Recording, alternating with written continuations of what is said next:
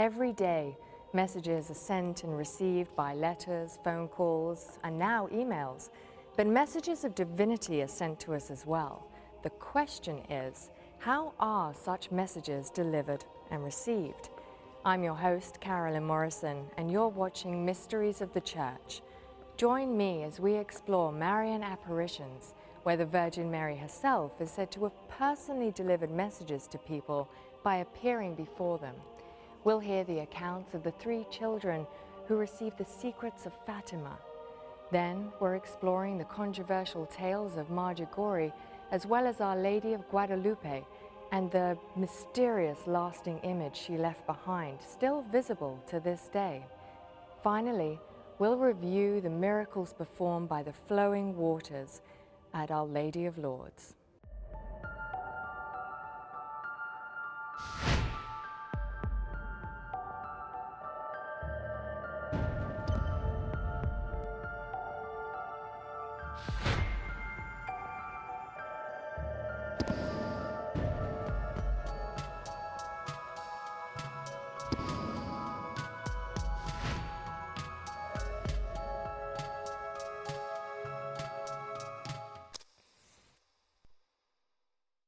On the night known as the Annunciation, the Virgin Mary received a message from one of God's angels.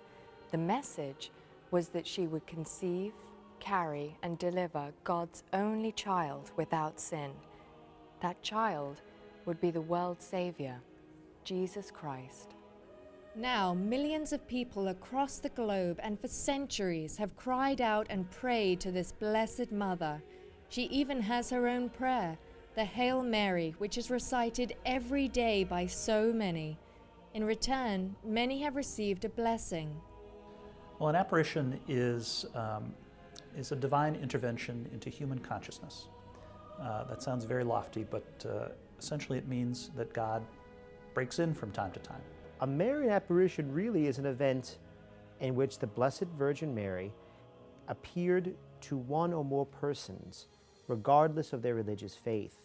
Marian apparitions number in the hundreds. There was a time in the Church's history from at least the first 1,000 years or so where Marian apparitions happened very few and far between, although we have some pretty good records of individuals who actually witnessed these visions. There have been 295 Marian apparitions investigated by the Vatican. However, out of the 295 apparitions, only 12 have ever been totally approved. Whether a Marian apparition is authentic or not is the person who actually witnesses the vision. These are people, no matter how simple they might be in their own educational background, they're the ones who are on the ground right there. And so it's up to them with their own individual thoughts to try and determine what they're seeing. However, that's not enough to determine whether or not something is actually authentic. If a Marian apparition takes place, the diocesan bishop would investigate that. So a local bishop investigates, and normally he would have a number of his theologians investigate that. Perhaps the diocesan censor of books, perhaps some of the professors in the seminary, something along those lines. The bishop tries to make a determination on whether or not something can be believed as true, whether that phenomena, whatever it is false, or if it's somewhere in between. That is to say, do we have enough information to make a determination one way or the other? The next step would be that the bishops' conference, a whole country's region, would get together to investigate. For instance, in the United States, it's the United States Conference of Catholic Bishops.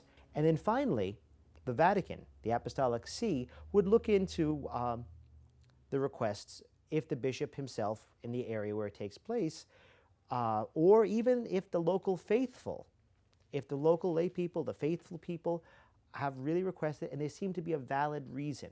There's steps in going through it ultimately. My sense is that sometimes when Mary appears to people who are undereducated or poor or young, it is a kind of signal that divine contact with human being doesn't necessarily have to be with academics or people of a wealthier class or something like that. My sense is that Mary speaks to whomever she wishes. She has even shown herself to children and the elderly. In most cases, Mary has appeared more than once in the same place over a period of time. Not every person can see her, only those at her discretion. Though a message from the Blessed Mother herself may be a gift, not all her messages are comforting. When we return, the 3 secrets of Fatima will be revealed, and we'll hear what the Church has to say about the frightful visions received by the Portuguese children. We'll uncover these apparition mysteries of the Church right here, after this.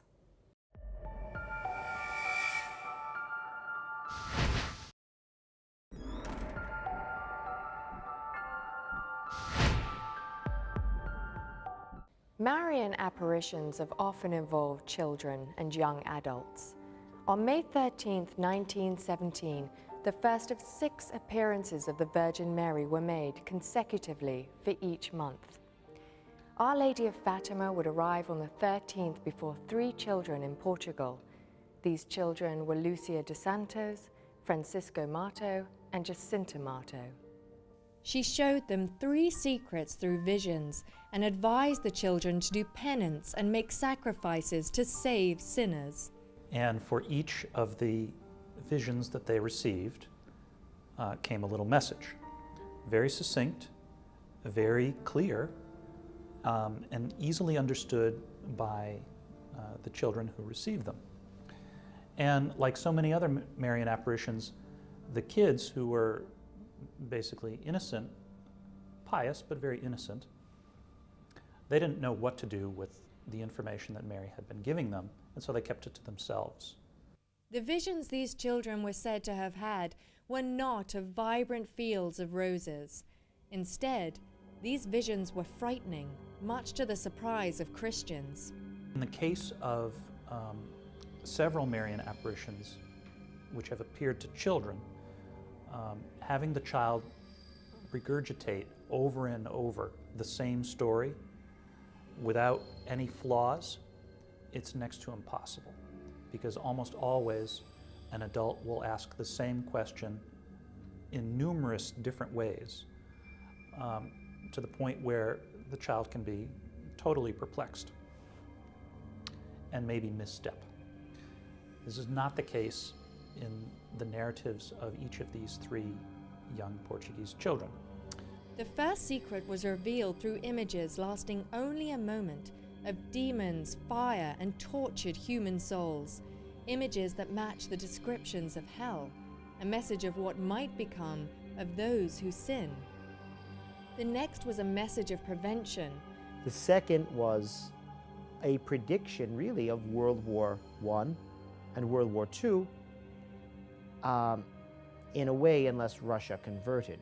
1917 was a catastrophic moment in the experience of the Russian people.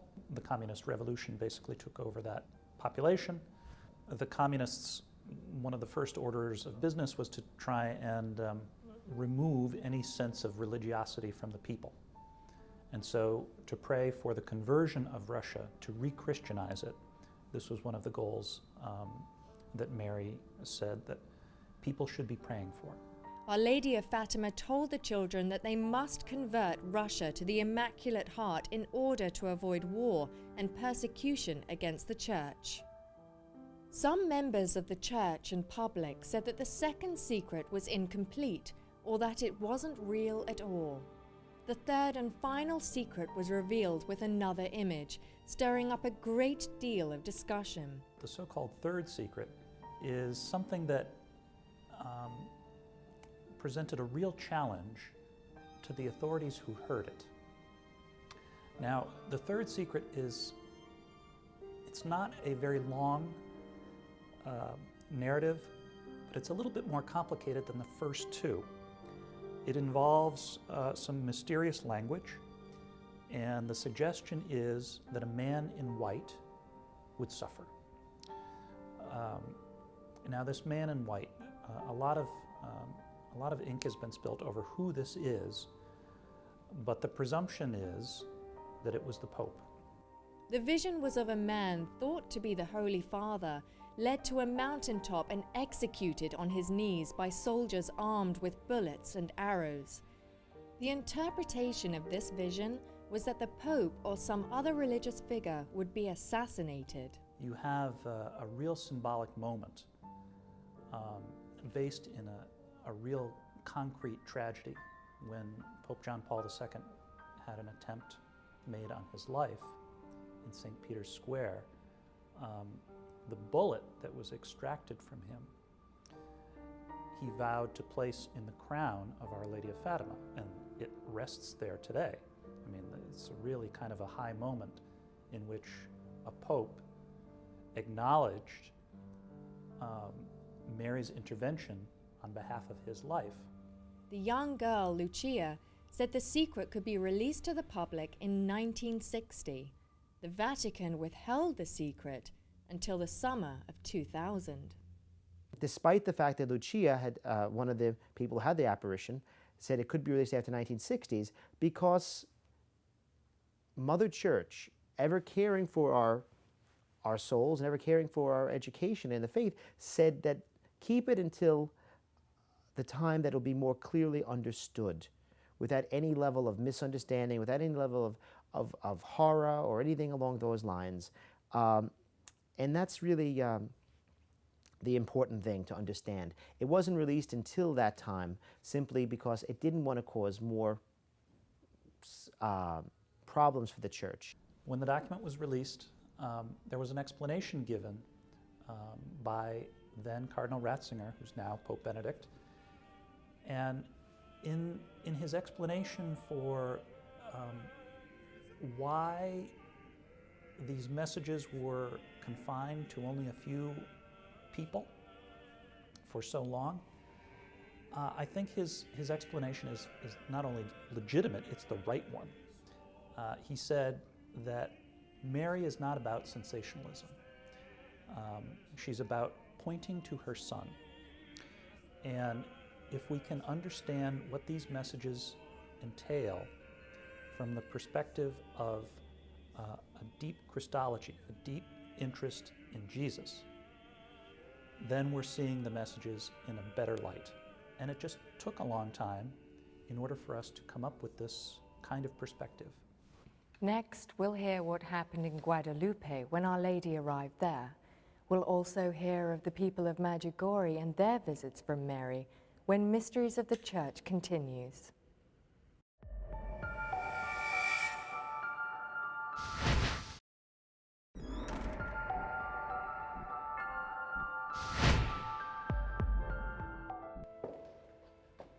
In the small Bosnian village, Medjugorje, 6 people have allegedly been receiving messages from the Virgin Mary since 1981. Each of the 6 visionaries received 10 secrets. However, what's most puzzling is that only one of those secrets has been revealed to the world so far. But not everyone finds these visionaries to be credible. Skeptics say that there is not enough evidence to prove that the visions of Medjugorje are in fact of the Virgin Mary. In the case of Medjugorje, the Catholic Church has an authorized devotion to Our Lady of Medjugorje as of yet. The believers of the Medjugorje apparitions faithfully support the 6 visionaries and continue to anticipate messages from the Blessed Mother. Not a single one of them has put on any airs over the fact that Mary seems to be appearing to them. And in fact, they display an extraordinary and exemplary piety. Everybody agrees about that. Where people do disagree is on the exact nature of what these apparitions entail. Many people have had a fruitful spiritual experience from there. So perhaps one day, the Holy See may indeed say that Mary can be recognized and definitively has appeared in Medjugorje. However, until that time, nothing official can be said by the Church. The authenticity of the Medjugorje claims is debatable. However, in Mexico City, the Basilica of Our Lady of Guadalupe is one of the most widely visited shrines in the world. Displayed there is the fabric image that Our Lady left behind. In Mexico, a common man named Juan Diego was on his way to church when he heard the voice of a young girl.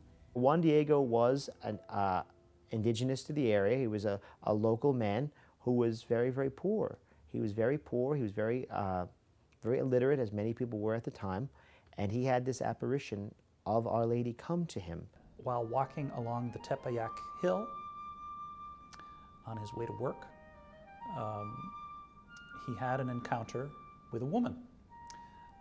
And this woman he didn't immediately recognize, but she just sort of appeared out of nowhere.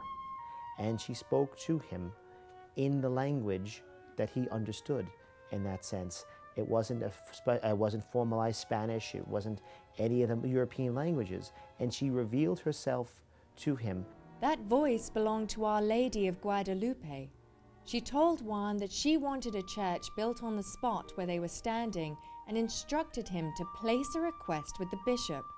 He followed Our Lady's orders, but his request was denied. Bishop Zumarraga, who was Juan Diego's bishop at the time, doesn't believe him, and so asks for some evidence. Is this Marian apparition actually true? The bishop stated that he needed some sort of sign that building a church was the request of the Virgin Mary. Juan Diego quickly returned to the spot where he was met by Our Lady and explained what had happened. Some days later, he's on his way to visit a sick uncle. And again, the woman appears, looking very much the same way, but this time with a cloak around her shoulders, something called a tolmek. And when she opened the cloak, or the tolmek, there spilled out roses. And she said to Juan Diego, "Gather up these roses and present them to the bishop." He saw that roses were hiding a miraculous image of Our Lady of Guadalupe and finally acknowledged that Juan's request to build a church had come from the Mother of Christ. The chapel was built, and the image left by Our Lady of Guadalupe is still widely viewed by people across the world. Miracles at Guadalupe and mysterious secrets have us all captivated, but awe of such matters seem minute in comparison to our next apparition. When we return, we'll see how a 14-year-old girl changed the world forever after a visit from Our Lady of Lourdes.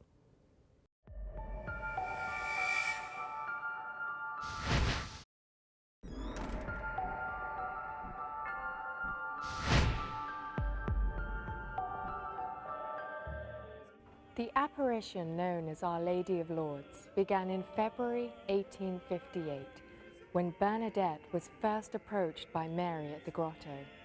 At first, the lady appeared to be an evil spirit to the teenager, but she quickly realized that this was not the case. Between February 11th and July 16th, this apparition occurred 18 times. On the third time, Mary spoke. She promised that she would bring Bernadette happiness in her life to come and asked that she would have the goodness to return to the grotto for 15 days. She did. Our Lady speaks to her, revealing herself to young Bernadette, a message of love, of mercy, of care, but it's always a message of tender motherly love, and that's ultimately the message of healing, of love, of peace that comes from Our Lady of Lourdes. She had an encounter with a lady. She doesn't call her Mary, she doesn't call her the Blessed Virgin, she's simply the lady. And this is how Bernadette refers to Mary, and does so consistently throughout the investigation. This lady appeared to her 18 times. She was not seen by anyone except Bernadette. Bernadette had a a considerable following of the local townspeople as word spread that these visions were taking place. And they would follow her at all hours of the day from her home to the spot where eventually the famous grotto emerged. Toward the end of the apparitions, after so much insistence and so much pressure that was put on Bernadette, Bernadette finally asked her, "Who are you?"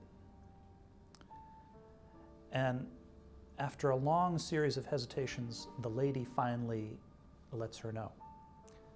And she says, "I am the Immaculate Conception."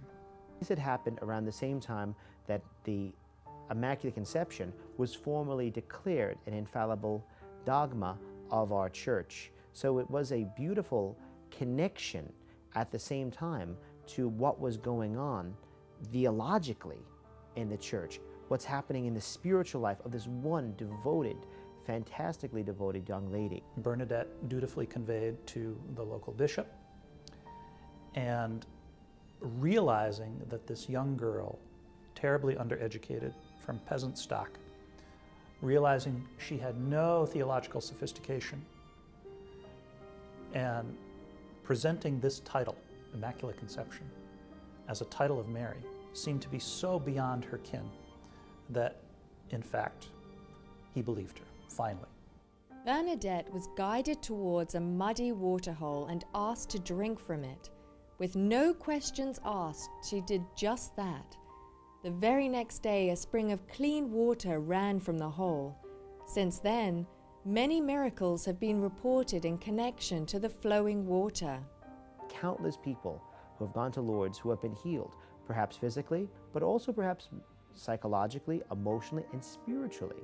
Today, there's about 100 confirmed inexplicable cases, and of those, there have been scores, literally scores, of miraculous cases. We're always looking for the crutches, we're looking for all these other things that are left behind, and it's a beautiful image when we see the Lourdes grotto. But ultimately, people that have been healed by true devotion to Saint Bernadette, true devotion to Our Lady of Lourdes, spiritually, perhaps that's as important as the physical healing that can be offered at that time. On this episode, we've explored the many miracles and messages our Blessed Mother has delivered, and recanted the vicious but powerful images received by 3 brave children. However, with so many of her precious secrets still withheld from our world, it's no wonder that Marian apparitions remains one of the most infamous mysteries of the Church.